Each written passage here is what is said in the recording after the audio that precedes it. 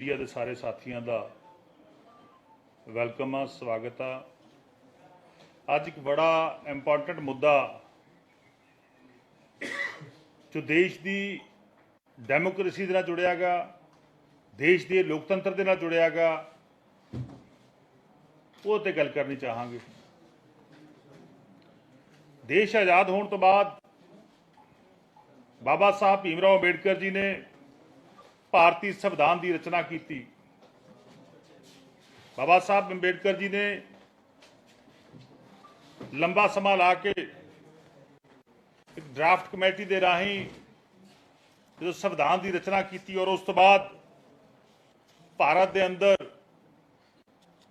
लोक सभा, राज सभा, विधान सभावां, पंचायत समितियां, जिला परिषद, सरपंच, पंच, म्यूनसिपल कमिश्नर, MC चुनने का अधिकार देश के लोगों को दिता।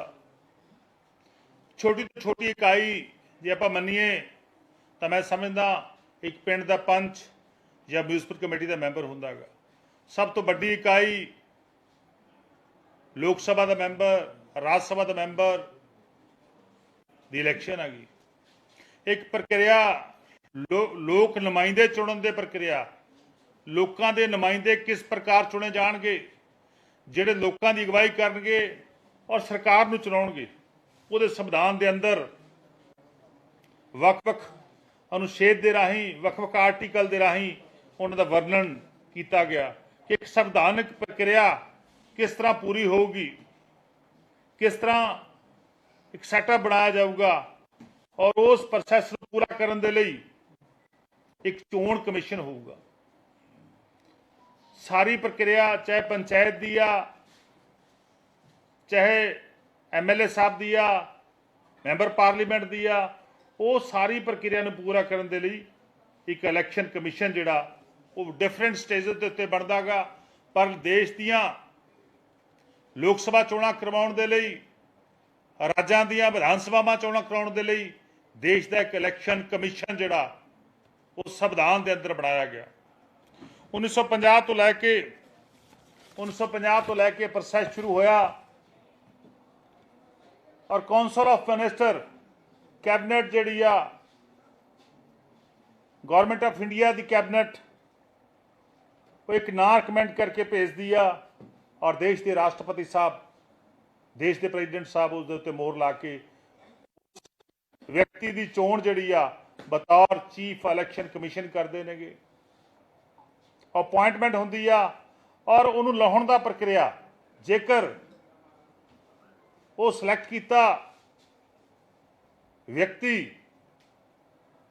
उस इंस्टीट्यूशन के अंदर, उस संस्था के अंदर किसी भी प्रकार की धांधली गड़बड़ बहुत सारे प्रावधान ने करदा गा तो लाउण की प्रक्रिया जिहड़ी आ वो बहुत ही औखी आ। 2/3 मेजोरिटी इन लोक सभा, 2/3 मेजोरिटी इन राज्य सभा, उस प्रक्रिया के राही उस व्यक्ति को हटाया जा सकता है। और पिछे जे बहुत सारिया रिट पटीशन, बहुत सारिया पटीशन जड़ियां सीगियां वो मानयोग साडी सर्वोच्च अदालत, ऑनरेबल सुप्रीम कोर्ट के अंदर डिफरेंट पीपल्स ने दाखिल कीतियां, इंस्टीट्यूशन ने दाखिल कीतियां और उस तो बाद साडी सर्वोच्च अदालत, साडी मानयोग अदालत ने यह हुक्म दिता, संवैधानिक पीठ ने, संवैधानिक बेंच ने यह फैसला फरमाया, मेजोरिटी व्यू के नाल यह डिसीजन होया कि चीफ इलैक्शन कमीशन नूं चुनने के लिए 3 व्यक्ति जिहड़े ने कि उस कमेटी के अंदर होणगे। कौन होणगे? देश के प्रधानमंत्री साहब, लीडर ऑफ द आपोजिशन, क्योंकि लोक सभा के अंदर एक पासे प्रधानमंत्री साहब देश की अगवाई करते हैं और दूजे पासे आपोजिशन होंदी है। ਪ੍ਰਧਾਨ ਮੰਤਰੀ ਸਾਹਿਬ, ਲੀਡਰ ਆਫ ਦੀ ਆਪੋਜੀਸ਼ਨ, ਅਤੇ ਤੀਸਰਾ ਦੇਸ਼ ਦੇ ਸਰਵਉੱਚ ਅਦਾਲਤ ਦੇ ਚੀਫ ਜਸਟਿਸ ਨੂੰ ਉਸ ਕਮੇਟੀ ਦਾ ਹੈੱਡ ਹੋਣ ਲਈ ਜਿਹੜੀਆਂ ਨਿਰਧਾਰਿਤ ਜਿਹੜੀ ਆ ਆਰਡਰ ਜਾਰੀ ਕੀਤੇ ਗਏ, ਤਾਂ ਕਿ ट्रांसपेरेंसी पारदर्शिता रहे, ताकि पावर का मिसयूज ना हो सके, ताकि सत्ता का दुरुपयोग ना हो सके, ताकि कोई गलत व्यक्ति उस अहुदे ते तैनात ना हो जाए, क्योंकि लाहौण की प्रक्रिया बड़ी औखी है। ये जड़ियां हदायतां सीगियां साडी सर्वोच्च अदालत, साडी अपैक्स कोर्ट, साडी मानयोग सुप्रीम कोर्ट वालों जारी कीतियां गईयां।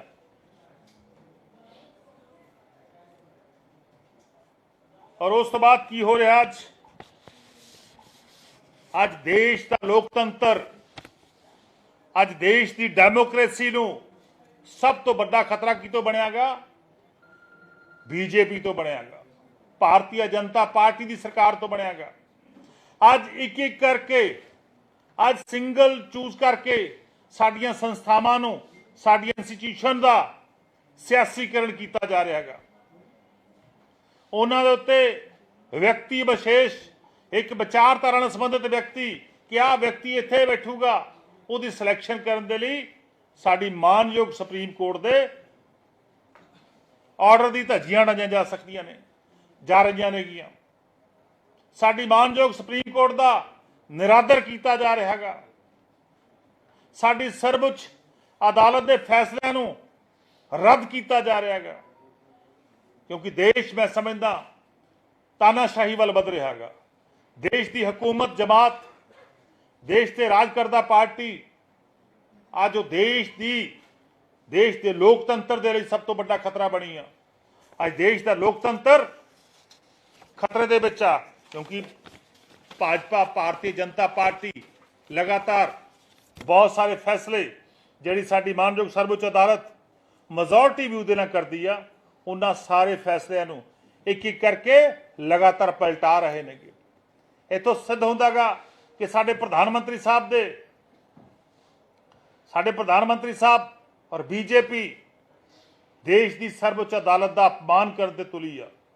पहला सारिਆਂ नूं पता गा कि दिल्ली दियां सर्विस नूं लैके, प्रशासक अधिकारियों दियां ट्रांसफर नूं लैके, नियुक्तियां नूं लैके जो एक फैसला मेजोरिटी व्यू ने साडी सुप्रीम कोर्ट के सर्वोच्च अदालत के संविधानक पीठ ने कीता सीगा, उन्होंने किस तरह देश की पार्लीमेंट के अंदर पलटाया गया, किस तरह मानयोग सुप्रीम कोर्ट का अपमान किया गया।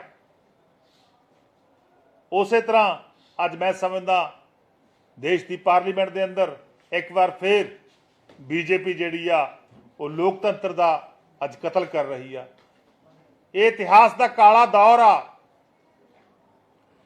अज देश के अंदर राज करदी धिर बीजेपी जिहड़ी आ वो देश दियां डिफरेंट जिहड़ियां देश नूं चलाउण वाली इंस्टीट्यूशन नेगियां, उन्हां सारियां दे की करके कतल कर रही आ।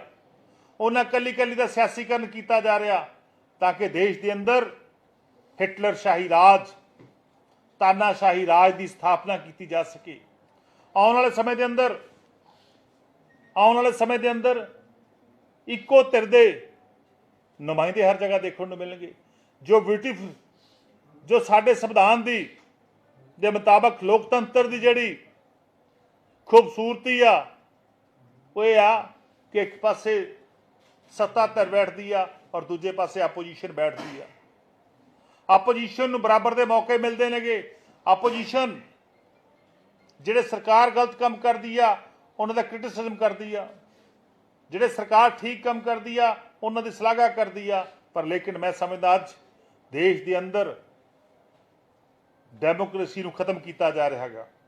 इसदी उदाहरण अज दा चीफ इलैक्शन कमीशन की जिहड़ी सिलैक्शन कमेटी बनाउण दी जो जिम्मेवारी देश की सर्वोच्च अदालत ने लाई सी, उन्होंने देश की पार्लीमेंट के अंदर ले जाके वो सारे रूलों नूं, वो सारियां जजमेंट्स नूं, वो जो संविधान के राही बाबा साहब भीम राव अंबेडकर जी ने डिफाइन किया सीगा कि संविधान के मुताबिक चलणगे, अज उन्हें तोड़ मरोड़ किया जा रहा।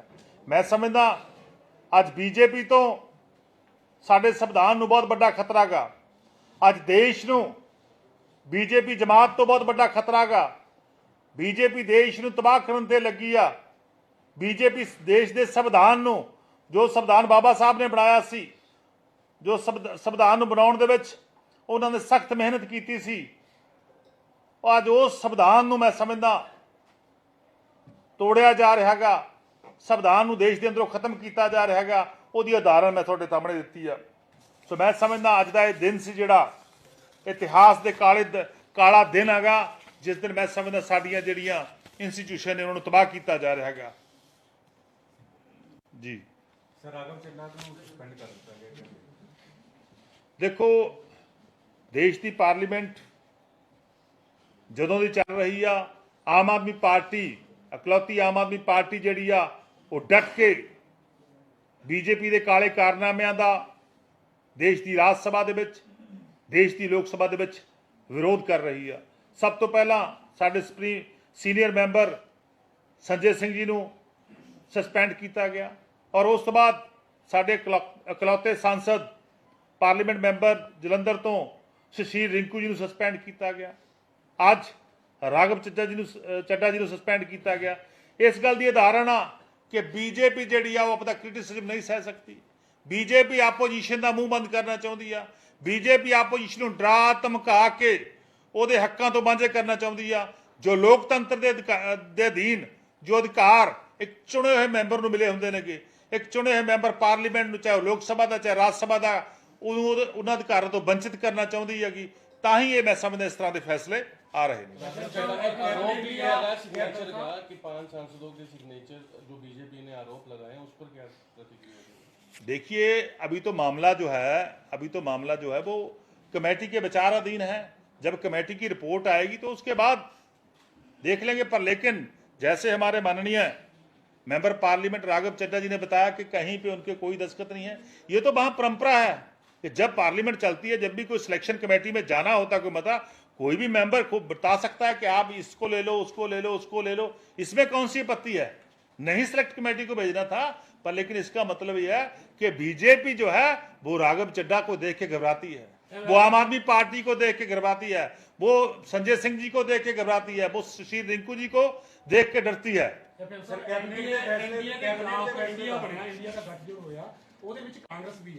पर पंजाब दे विच कांग्रेसी आगू जिहड़े विरोधी धਿਰ ਦੇ आगू आ ਉਹ सरकार ते बार-बार सवाल चुक रहे हैं कि ये गठजोड़ ਨੂੰ फिर खतरा नहीं होएगा?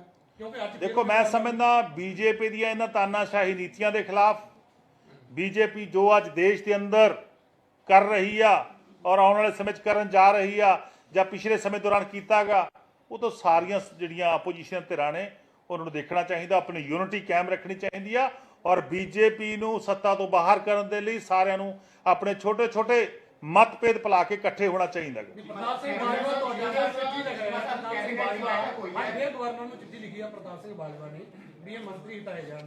ਕੀ ਉਹ ਸਿੱਧੇ ਸੀਐਮ ਸਾਹਿਬ ਨੂੰ ਨਹੀਂ ਮਿਲ ਸਕਦੇ, ਉਹਨਾਂ ਨੂੰ चिट्ठी नहीं लिख सकते? ਉਹਦੇ ਬਾਰੇ ਕੀ ਕਹੋ? देखो, जिन्नियां मर्जी चिट्ठियां लिख लैण, उन्हों का आपसी चिट्ठियां लिखण का जिहड़ा आदान प्रदान काफ़ी लंबे अरसे तो गवर्नर साहब का तो लीडर ऑफ अपोजिशन का होंदा रहिंदा गा। मैं तो कोई टिप्पणी नहीं करूँगा। पर मैं फिर कहना गा कि सानू छोटे साडे मतभेद भुला के देश नूं बचाउण दे लई, संविधान नूं बचाउण दे लई एकजुट होना पਊਗਾ।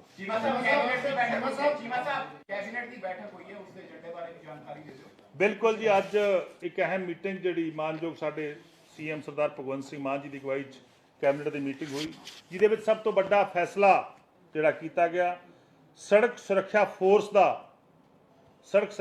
का गठन किया गया और जिस दे अंदर 30 किलोमीटर के दायरे दे विच 30 किलोमीटर के दायरे के अंदर एक जिहड़ा एक जिहड़ी वैन मिलूगी, एक अति आधुनिक जिहड़ा कैमरिਆਂ ਦੇ ਨਾਲ अति आधुनिक टैक्नोलॉजी के नाल लैस एक वहीकल होगा जिहड़ा लगातार उस इलाके के अंदर उस हाईवे के उत्ते पेट्रोलिंग करूगा और जिहड़ी भी अणसुखावी घटना वापरूगी, जिहड़ा भी कोई एक्सीडेंट होंदा गा, वो एक्सीडेंट के मरीजों को उठाउण दे लई वो एक यतन करूगी और ये उत्ते लगभग 30 करोड़ जिहड़े पैसे ने वो आउण दा अनुमान आ वो असीं जारी कर चुके हैं और पहली जिहड़ी इहदी आ असीं 1500 जवान जिहड़े नेगे ਪਹਿਲੇ ਅਟੈਂਪਟ ਵਜੋਂ ਫਸਟ ਜਿਹੜਾ ਸਾਡਾ ਹੋਇਆ 1500 ਜਵਾਨਾਂ ਨੂੰ ਤਾਇਨਾਤ ਕਰਾਂਗੇ ਔਰ ਗਿਣਤੀ ਜਿਹੜੀ ਵੱਧ ਕੇ ਆ ਉਹ ਲਗਭਗ 5000 ਤੇ ਪਹੁੰਚ ਸਕਦੀ ਆ ਔਰ 144 ਜਿਹੜੀਆਂ ਪੈਟਰੋਲਿੰਗ ਵਹੀਕਲ ਹੋਣਗੇ ਜਿਹੜੇ ਲਗਾਤਾਰ ਬਿਲਕੁਲ ਇੱਕ ਹੈੱਡਕੁਆਟਰ ਬਣੂਗਾ ਉੱਥੋਂ ਮੋਨੀਟਰਿੰਗ ਹੋਣਗੇ ਔਰ ਮੈਂ ਸਮਝਦਾ ਪੰਜਾਬ ਜਿਹੜਾ ਪਹਿਲਾ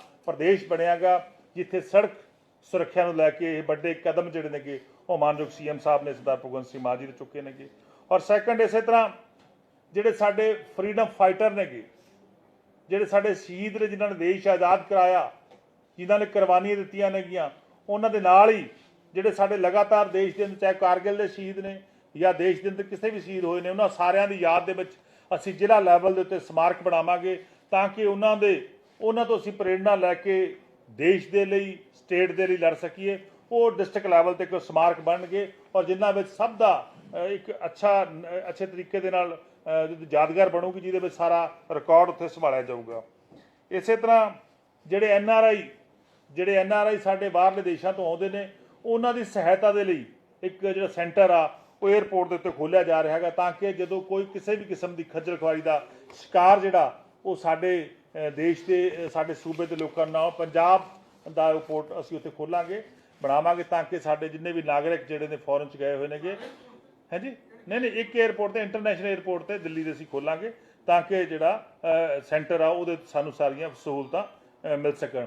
ਇਸ ਤੋਂ ਬਿਨਾਂ ਇੱਕ ਬਹੁਤ ਵੱਡਾ ਅਹਿਮ ਫੈਸਲਾ ਕੀਤਾ ਗਿਆ ਕਿ ਆਰਟੀਫਿਸ਼ੀਅਲ ਇੰਟੈਲੀਜੈਂਸ ਜਿਹੜੀ ਆ ਉਹਨੂੰ ਪੰਜਾਬ ਦੇ ਅੰਦਰ ਲਿਆਂਦਾ ਜਾਵੇ ਔਰ ਡਿਫਰੈਂਟ ਡਿਪਾਰਟਮੈਂਟਸ ਦਾ ਕੰਮ ਸੁਚਾਰੂ ਢੰਗ ਨਾਲ ਚਲਾਉਣ ਦੇ ਲਈ ਅੱਛੇ ਢੰਗ ਨਾਲ ਚਲਾਉਣ ਦੇ ਲਈ ਉਹਨੂੰ ਅਸੀਂ ਬੜੀ ਜਲਦੀ ਜਿਹੜਾ ਇੰਟਰੋਡਿਊਸ ਕਰ ਰਹੇ ਹਾਂ ਜਿਹਦੇ ਵਿੱਚ ਅਸੀਂ ਫਾਈਨਾਂਸ ਦੇ ਅੰਦਰ ਐਜੂਕੇਸ਼ਨ ਦੇ ਅੰਦਰ ਜਿਹੜਾ ਆਪਣਾ ਮੈਡੀਕਲ ਸਹੂਲਤਾਂ ਦੇ ਅੰਦਰ ਬੇਸਿਕ ਇਨਫੋਰਮੇਸ਼ਨ ਟੈਕਨੋਲੋਜੀ ਦੇ ਅੰਦਰ ਇਹ ਸਾਰੇ ਹੈੱਡ ਦੇ ਅੰਦਰ ਅਸੀਂ ਆਰਟੀਫਿਸ਼ੀਅਲ ਇੰਟੈਲੀਜੈਂਸ ਨੂੰ ਲੈ ਕੇ ਆਵਾਂਗੇ। ਪੰਜਾਬ ਮੈਂ ਸਮਝਦਾ ਇੱਥੇ ਵੀ ਇੱਕ ਪਹਿਲਾ ਸੂਬਾ ਬਣਿਆ ਦੇਸ਼ ਦੇ ਅੰਦਰ ਜਿਹੜਾ ਆਰਟੀਫਿਸ਼ੀਅਲ ਇੰਟੈਲੀਜੈਂਸ ਨੂੰ ਲੈ ਕੇ ਆਵਾਂਗੇ ਤਾਂ ਕਿ ਪੰਜਾਬ ਦੇ ਵਿੱਚ ਸੁਚਾਰੂ ਢੰਗ ਨਾਲ ਬੜੇ ਅੱਛੇ ਢੰਗ ਨਾਲ ਜਿਹੜਾ ਹੈਗਾ ਉਹ ਕੰਮ ਹੋ ਸਕੇ। डीडीपीओ कुलदीप सिंह नेहम जिन्होंने एफआईआर हुई है वो बेसिकली अब ये आ रहा है कि लाल कटारू ने कोई डीओ लेटर लिखा था उनको एडीसी अपॉइंट करवाने के लिए जो रिटायरमेंट से पिछले दिन जो 100 एकड़ जमीन वाला जो स्कैम पठानकोट में सामने आया है। बिल्कुल ये मामला अभी सब जुडाइस है मैटर जो पेंडिंग पड़ा है उसकी जांच हो रही है। ਇਲੈਕਸ਼ਨਾਂ ਦੇ ਤਰੀਕਾਂ ਦਾ ਐਲਾਨ ਹੋ ਗਿਆ ਲੋਕ ਸਭਾ ਤੋਂ ਪਹਿਲਾਂ ਕਿਹਾ ਜਾ ਰਿਹਾ ਕਿ ਸੈਮੀ ਫਾਈਨਲ ਦੇ ਤੌਰ ਤੇ ਇਸ ਨੂੰ ਦੇਖਿਆ ਜਾਵੇ ਔਰ ਸਰਕਾਰ ਦਾ ਇਮਤਿਹਾਨ ਵੀ ਹੋਏਗਾ ਕਿ ਨਗਰ ਨਿਗਮ ਦੀਆਂ ਚੋਣਾਂ ਵੀ ਨਾਲ ਹੀ ਕਰਾਈਆਂ ਜਾਣਗੀਆਂ ਕਿਉਂਕਿ ਨਗਰ ਪੰਚਾਇਤ ਤੇ ਨਗਰ ਨਿਗਮ ਪੰਚਾਇਤੀ ਚੋਣਾਂ ਜ਼ਿਲ੍ਹਾ ਪ੍ਰੀਸ਼ਦ ਚੋਣਾਂ ਇਹ ਸਾਰੀਆਂ ਚੋਣਾਂ ਜਿਹੜੀਆਂ ਨੇਗੀਆਂ ਇਸੇ ਸਾਲ ਦੇ ਅੰਦਰ ਅਸੀਂ ਮੁਕੰਮਲ ਕਰਾ ਲਵਾਂਗੇ। ਉਹਦੇ ਲਈ ਅਸੀਂ ਆਪਣੇ ਇਲੈਕਸ਼ਨ ਕਮਿਸ਼ਨ ਨੂੰ ਵੀ ਲਿਖਿਆ ਸਾਰੀਆਂ ਚੋਣਾਂ ਜਿੰਨੀਆਂ ਵੀ ਪੈਂਡਿੰਗ ਪਈਆਂ ਅਸੀਂ ਪੰਜਾਬ ਦੇ ਅੰਦਰ ਕਰਾਵਾਂਗੇ ਕਿਉਂਕਿ ਲੋਕਤੰਤਰ ਜਿਹੜਾ ਹੈਗਾ ਲੋਕਤੰਤਰ ਦੀ ਖੂਬਸੂਰਤੀ ਮਜ਼ਬੂਤੀ ਇਸੇ ਗੱਲ ਦੀ ਆ ਕਿ ਇੱਕ ਪੰਚ ਤੋਂ ਲੈ ਕੇ ਕੋਈ ਵੀ ਸੀਟ ਜਿਹੜੀ ਆਪਾਂ ਮੈਂਬਰ ਪਾਰਲੀਮੈਂਟ ਤੱਕ ਖਾਲੀ ਨਹੀਂ ਰਹਿਣੀ ਚਾਹੀਦੀ। ਉਹਦੇ ਲਈ ਬਿਲਕੁਲ ਅਸੀਂ ਤਿਆਰ ਹਾਂ ਸਰਕਾਰ ਤਿਆਰ ਹੈ।